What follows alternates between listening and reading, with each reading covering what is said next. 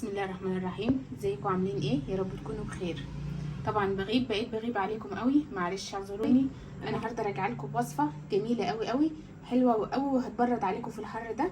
هنعمل مع بعض الجاتو شاتو اللي هو بالكريم كراميل. طبعا الجاتو شاتو كلنا بنعرفه، بيبقى بقى ممكن تعمليه بالجيلي، ممكن تعمليه بالشوكولاته، وممكن تعمليه بالكريم كراميل زي بتاعنا اللي هنعمله النهارده مع بعض ده. طريقه سهله جدا جدا، وكله في الخلاط زي ما هنشوف مع بعض في الفيديو، والنتيجه بتطلع تحفه كده، ما خدش وقت والطعم رهيب. طبعا انت عارفه اكيد لو قعدت في الكافيه وطلبت قطعه جاتو شاتو وكريم كراميل هتدفعي فيها قد ايه. احنا عملنا بايركس زي ما انتم شايفين كده، بالطين 2 طلعنا الجمال ده كله. تحفه فنيه، شايفين؟ يلا بقى عشان ما اطولش عليكم المقدمه نبدا ونشوف عملنا الجمال ده كله ازاي مع بعض. تعالوا كده نشوف المكونات بتاعتنا. المكونات سهله وبسيطه ومتوفره في كل بيت. معايا هنا كوبايه سكر، طبعا نفس الكوبايه هنعاير بيها كل حاجه. كوبايه سكر، كوبايه زيت، كوبايه حليب. ومعايا للكيك بتاعي النهارده او الجاتو شاتو بالطين 2. طب حتى ليه كل بيضه في طبق؟ عايزه اقول لكم ان احنا في الحر ولازم تاخدوا بالكم قوي قوي من البيض، وما تكسروش البيض على بعضه مره واحده سواء في طبق او في درق الخلاط. لازم كل بيضه تبقى لوحدها كده، لان في الحر البيض معروف ان هو بتلاقي بيض ياما فاسد، فعشان ما تبقيش بوظت الكميه كلها. شايفين دي انا كسرتها كده، لقيتها طبعا الصفار سايب كده، فدي خلاص فاسده، تخلصت منها بكل سهوله.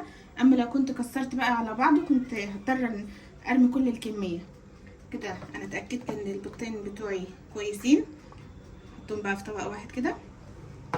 معايا هنا زي ما قلنا كوبايه زيت، كوبايه سكر، كوبايه حليب.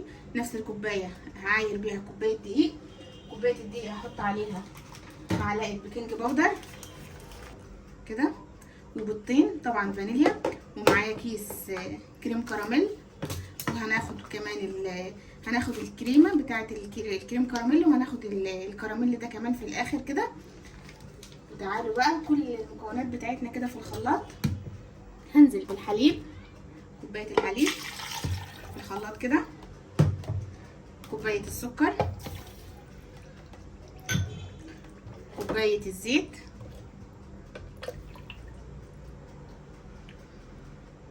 وهنزل كده بالفانيليا نقطة واحدة، حاجة بسيطة كده. هرجع احط كمان تاني عشان البيض، بس دي حاجة كده عشان تدينا ريحة للصوص بتاعنا ده على الخليط. قبل ما نضرب، معلش نسيت الحتة دي، قبل ما نضرب كده هننزل كمان بالباكت بتاع الكريم كراميل كده اللي هو البودرة، وهنضرب بقى كده.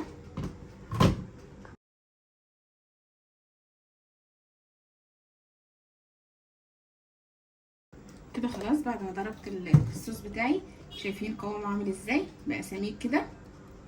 هناخد بقى كوبايه من الصوص ده كده ونشيلها على جنب كده، كوبايه بالشكل ده. طبعا الجو حر هدخلها التلاجة على ما نحتاجها. باقي الخليط بتاعي كده هننزل بيه بالبيضتين بقى اللي معايا كده، وهرجع احط بقى رشه فانيليا كده ومعلقه صغيره كده كويسه عشان البيض. وهنرجع بقى نديله ضربه كده. خلاص كده ضربت البيض مع الخليط بتاعي. هننزل بقى على الطبق كده. بعد ما نزلت كده بالخليط بتاعي، كوبايه الدقيق اللي عليها البيكنج باودر هقلبه كده وننزل بيها، وهنخلط بقى كده. هنزل كمان برشه ملح صغيره جدا، رشه بسيطه كده، وهخلط الدقيق مع الخليط ده. خلاص كده قلبته، شايفين ده القوام اللي انا عايزاه كده. كده بقى جاهز معايا، وتاكدت ان كل الدقيق كده اختلط بيه. جبت بقى البايركس بتاعي، هديله دهنه زيت كده، دهنه بسيطه، وهنزل بقى بخليط الكيك معايا كده وادخله على الفرن. طبعا اول ما بتبتدي تشتغلي في الكيك بتولعي الفرن يسخن على درجه حراره 200، وبتدخل بقى الكيك. ما بتفتحيش عليها الا بعد نص ساعه على نار هاديه جدا جدا، على قد ما تقدري بتقللي النار تحتها. كده جاهز معايا البايركس. هننزل بقى كده بالكيك بتاعنا.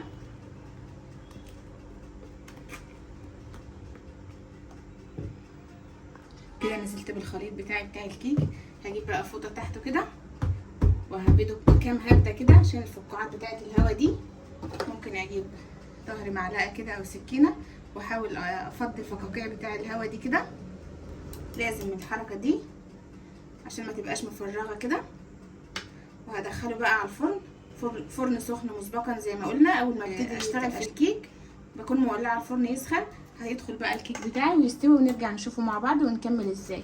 خلاص هو كده استوى وجاهز ان هو يخرج. بس انا هطفي الفرن بتاعي وهسيبه في الفرن، مش بطلعه على طول عشان ما ياخدش صدمه ويرجع يهبط معايا. انا عايزاه نافش كده.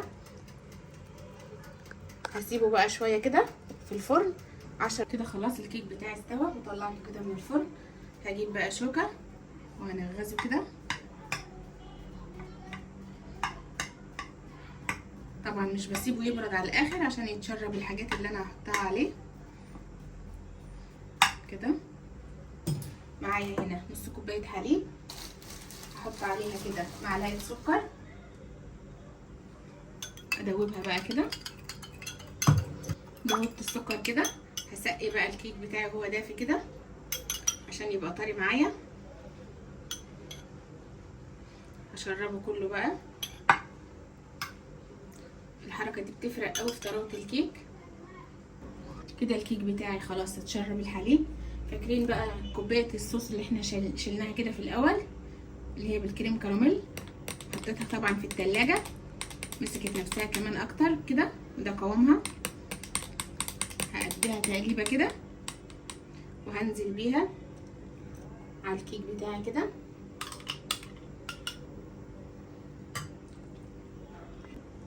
وزعت كده الصوص على الكيك بتاعي.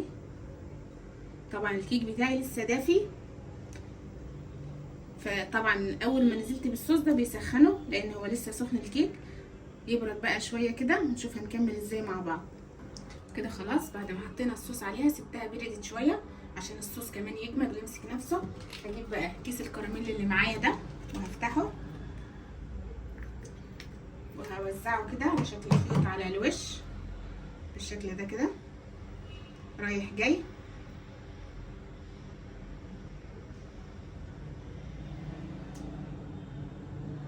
كده. وزعت الكراميل كده زي ما انتم شايفين، خيوط رايح جاي زي ما شفنا كده.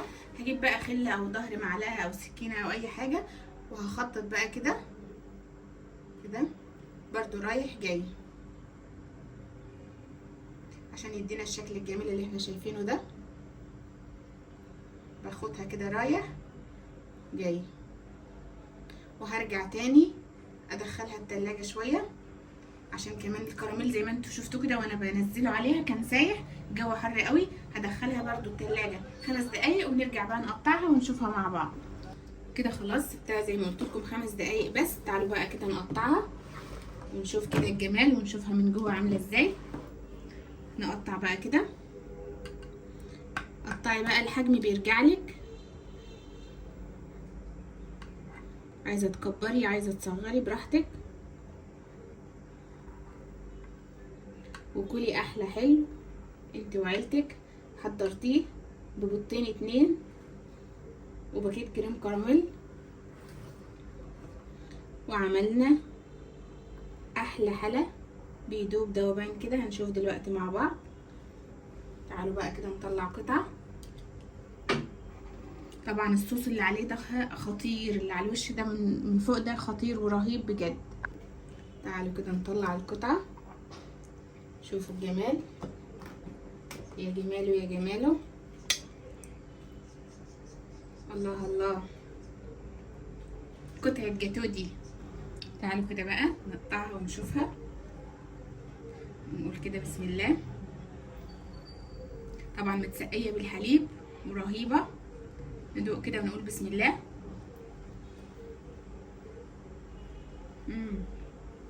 خطيره جامده بس بجد تحفه. كأنك بتاكلي جاتو، هو بجد جاتو.